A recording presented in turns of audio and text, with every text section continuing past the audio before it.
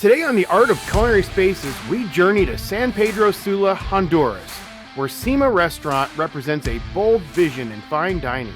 Starting with a blank slate atop an office tower, Juan and his team at Food Gurus crafted an exquisite dining experience that balances steakhouse elegance with relaxed sophistication. Welcome FCSI member Juan Matamoros as we discover how innovative design and cutting-edge equipment transform this space into the trendiest gastropub in the city, offering breathtaking views and unforgettable culinary experiences. Welcome to another edition of the Art of Culinary Spaces from FCSI. Today we welcome Juan Matamoros to the show, and he's here to talk about the CIMA restaurant from Experienced Dining Concepts based in Honduras. And Juan, basically like every other season, we've started off every episode with the same question. Is how did this concept come to fruition for you and Food Gurus? Okay, well, thank you very much, Wade, for the opportunity.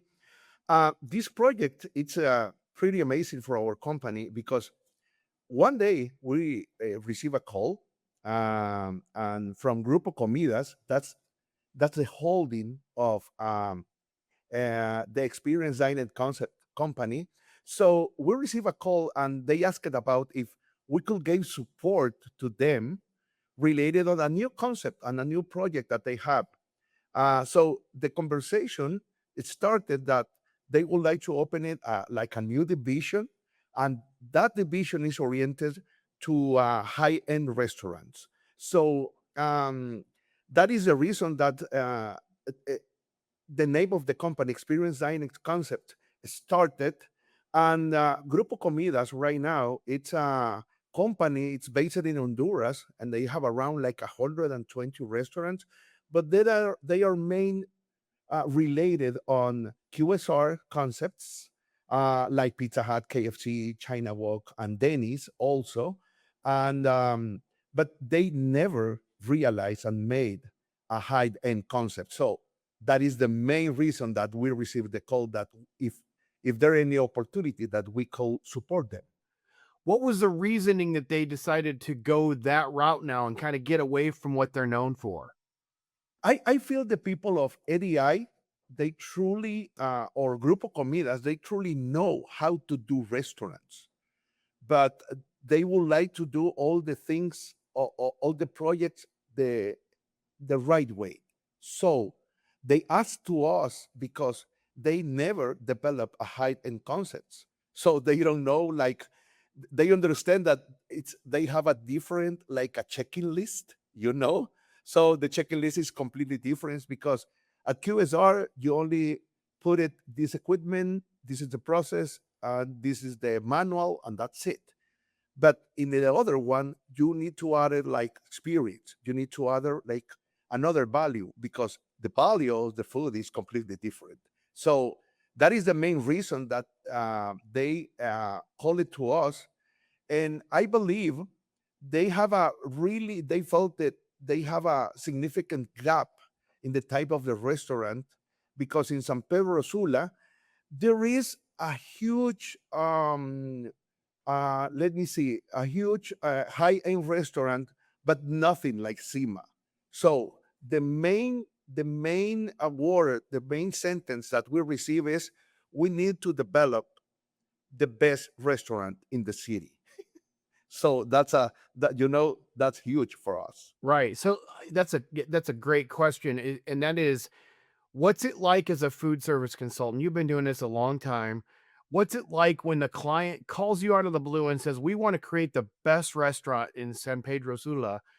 What's that mandate feel, or what's that feeling like when you hear that as a consultant? Do you get excited, like you get to play, or is it overwhelming, or is it kind of both? Because the expectations are there. I mean, how does that feel for you when you get that call? Well, for a consultant, especially for us in Central America as food gurus, it feels like a great trust and respect for our work because I know the owner tried to find a different consultants in Latin America and the United States. So it's so funny because I understand that they checking the more competitors, and they are a group of 35, 40 years in the Honduran market.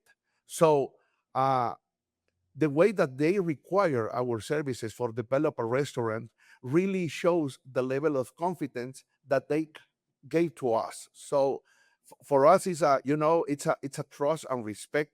We'll feel really fine, and as a different, I feel really excited, and the whole team, the architects and the design people, it's really excited about this project because we've never felt that they respect everything. In Latin America, most of the owners, they would like to add like the personal touch to the concepts. You understand me? So, but they respect us 97% the whole concept. So as we could made it like the renders of architectures and everything, that is the way that we receive the restaurant. So for us, it's a huge success. Yeah. Well, so as you were given a lot of trust, there was a lot of trust in this project. They really trusted your creativeness and and you had control over the creative of everything in that restaurant. How did you mentioned a little bit just there, but how did that creativity end up being in the final outcome? Like, what was your original first draft concept for it? How did that look versus what actually opened? Was it similar? Was it a lot different? I mean, how many changes did you go through from, the beginning of it, from design all the way to build out? That's an interesting question. So, well, they have a really nice location in Paseo Próceres in Honduras, in San Pedro Sula. It's a triple A location. It's one of the most beautiful cities, beautiful areas of the city. And there are inside like a corporate office building. Okay, this is the 8th level. It's a rooftop. It's not directly the roof. It's they have like a small building over there, but it's not the restaurant. So the problem is on the 8th floor or a building. It's absolutely nothing about it. It wasn't the roof, but there is something like partial glass structures or something like that. So the main challenge of this, it's visualizing how we could create a restaurant in the place that do the climate of San Pedro Sula. The temperature is hot all during the year, but the city also tends to have like a strong winds and heavy rainfall during certain seasons or part of the year. So we need to create a space that we could be used 100% of the time, and none of those climatic factors could affect to us. So it's important to do everything. So we here in Latin America or in Central America is different. Here, the consultant hire the architectural firm. It's different. It's the other way. So we hire a really good group, JCP Arquitectura in El Salvador, and together we build the best proposal to develop CIMA. So the idea is to build a restaurant that is 100%, I'm sorry, full usable, offer the best views of the seas, the city, the best views, and completely as aspirational. So the people, and I saw it all the time when I go to San Pedro Sula. I saw it all the time. A lot of groups take the cell phone and take a lot of pictures. And I think, okay, that challenge is made it. It's correct because that is what EDC want from us. So they receive it. It's a success. It's right now they have like they have a year and 9 month open it, and between 6 p.m. and 10 p.m. there is no table if you don't made a reservation like 2 weeks before in open table. Well, you mentioned a little bit. I want to dive into a little something different too, because the weather is hot and wet most of the year in Central America, where this is located. You've got the rooftop and you've got the terrace for this restaurant, and that obviously had to present some unique challenges for you guys and the architects. So, what did you have to design, or how did you engineer a solution that were needed to make a space work that also was open but still has to protect from the elements, whether it's humidity or rain or whatever. What did you guys have to do specifically in order to combat that? I think the most important thing is to start to uh, visualize like a glass square, a glass square, I'm sorry, in which are going to build the structure, because that is the first thing. Because that square is, you couldn't open it, but have insane like curtains, and you could move it. You could see the at night. You could see the stars and everything in a really good night. But the main problem is usually the sun during the day, so we close it. So the glass square became the main foundation of what we're going to create. They have like as I mentioned it, like a partial openings, especially at night, and allowing the roof to be visible. You could see it from main parts of the city, the restaurant. So you could see the action over there, and everybody says, "I would like to go over there." So um, uh, I think it's important just not only how to protect from the rain or for the heat. I think one of the huge challenge is to add a really good restaurant with a good ambience and with the weather control. So it's amazing because at the beginning, they would like in the design like an open terrace, you know? And we say it all the time that no, there is no way for an open terrace. After that, you're going to close it really soon because you're going to use it. And exactly, they leave it like we'll leave it a small, tiny space for that. But you know, 2 months later, they close it and everything is now covered. So it's amazing. It's a challenge. That the first concept that we developed in a rooftop with those climate conditions, and it's really excited for us because yeah, that's the reason. The other thing about this was unique is you were given the space and the name, but pretty much everything else was a blank slate for you. You could do whatever you wanted to. So, how did you approach the concept development when literally nothing is predefined by the client? You had pretty much creative control 100%, not even the cuisine. So, how were you and your team able to decide this is the kind of ambiance, this is the kind of menu you should serve, this is the kind of, you know, like you just talked about with the windows, the views. How were you able to come up with all of that in order to um complete the finished product? Well, as food gurus, the way to work it here, because we developed like as a one-stop shop, we made everything. Um, I think the most important thing is first to start before the designing concept the concept of the restaurant. So we started as an MIS consultant when we moved to design, because here if you have just only one of those parts, it's a mess for you. You don't have work here. So it's important on this challenge to understand first the competitors, to understand the market, because open in Central America, a QSR is okay. You have space, but open a fine dining restaurant when you expect like average ticket per person around 70 $90. It's not the US, but it's high. It's high here. Exactly. And so for us, it's important to start it with a strategic development, and then we make a deep analysis of the cities and the other projects that it's basically as a competitors over there. And honestly, if the strategic project doesn't move forward, or we don't have a real opportunity for that project, we're in the responsibility to tell the client that there is no room for a concept like that.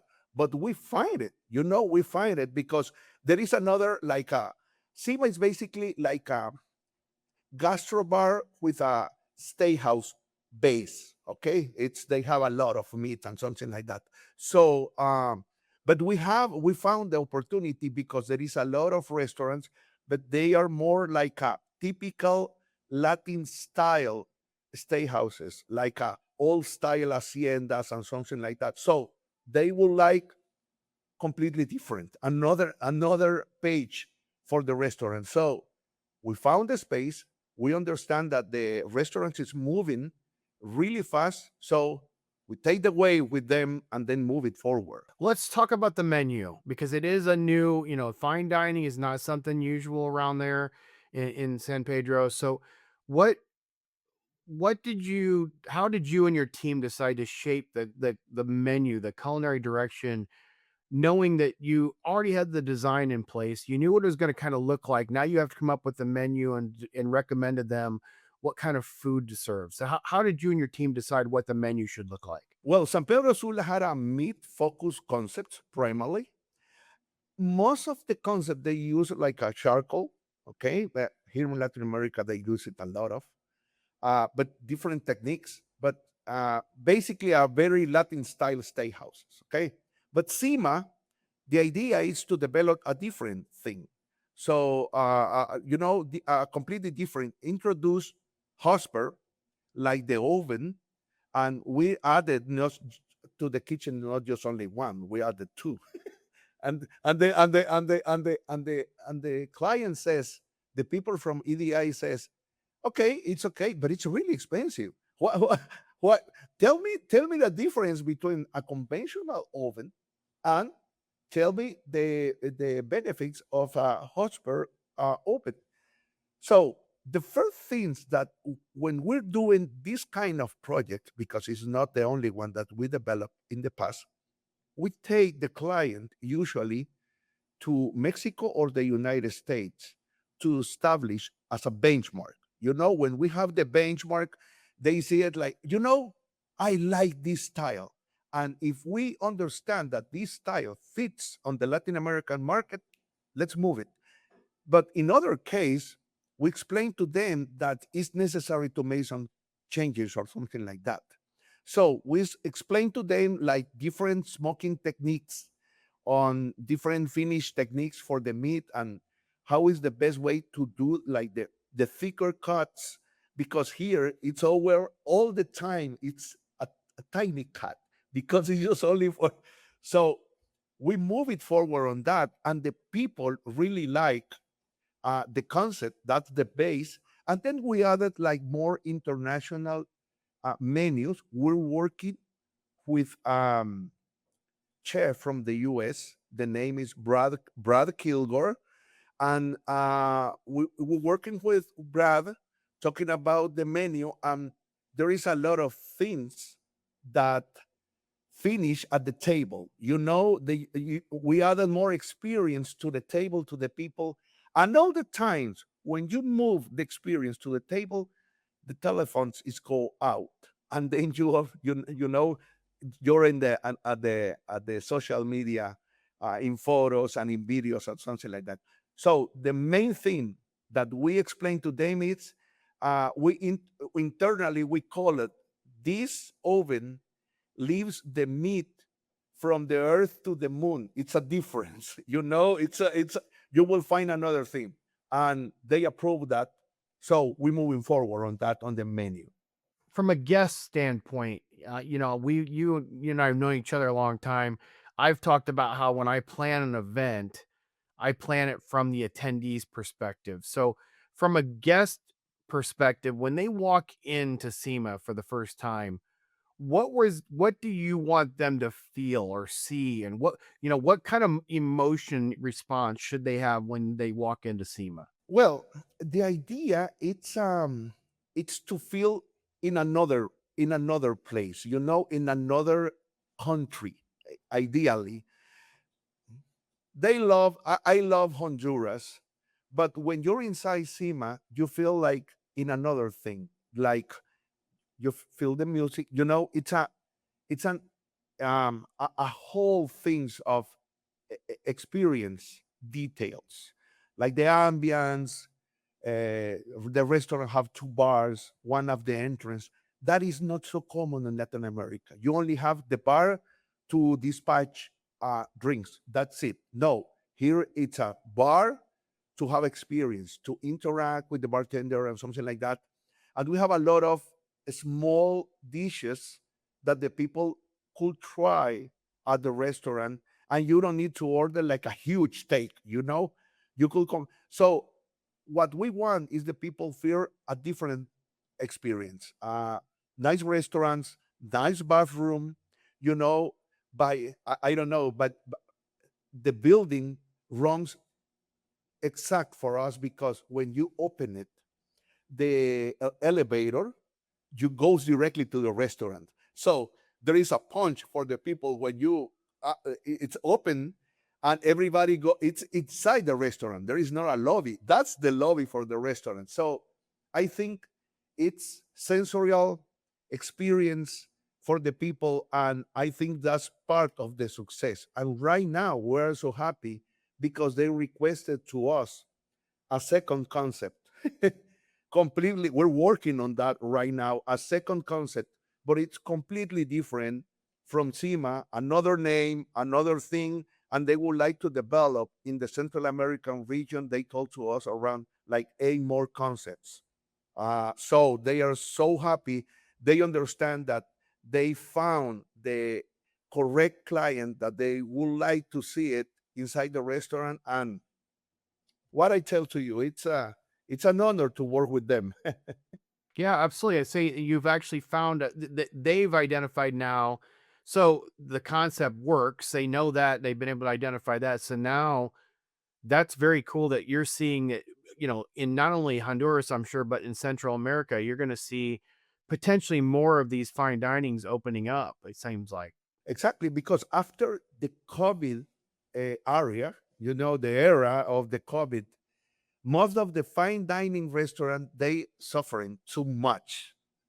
Here is not like a Central America is not, maybe Costa Rica and some part Guatemala.